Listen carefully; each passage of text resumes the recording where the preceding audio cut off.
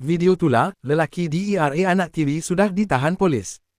Kepulauan Kuala Lumpur. Sebelum kita melangkah jauh, yang belum lagi subscriber, apa kata anda subscriber dan tekan butang loceng untuk notifikasi video selanjutnya?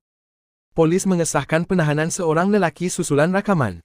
Video tular yang memaparkan seorang kanak-kanak dipercayai didera oleh ayah tirinya dalam kejadian di Setapak, Kuala Lumpur.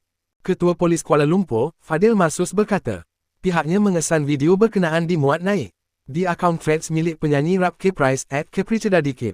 Menurut beliau, rakaman berdurasi kira-kira 2 minit itu menunjukkan suspek memukul, mengasari, menendang serta mengarahkan kanak-kanak terbabit berlari berulang-alik.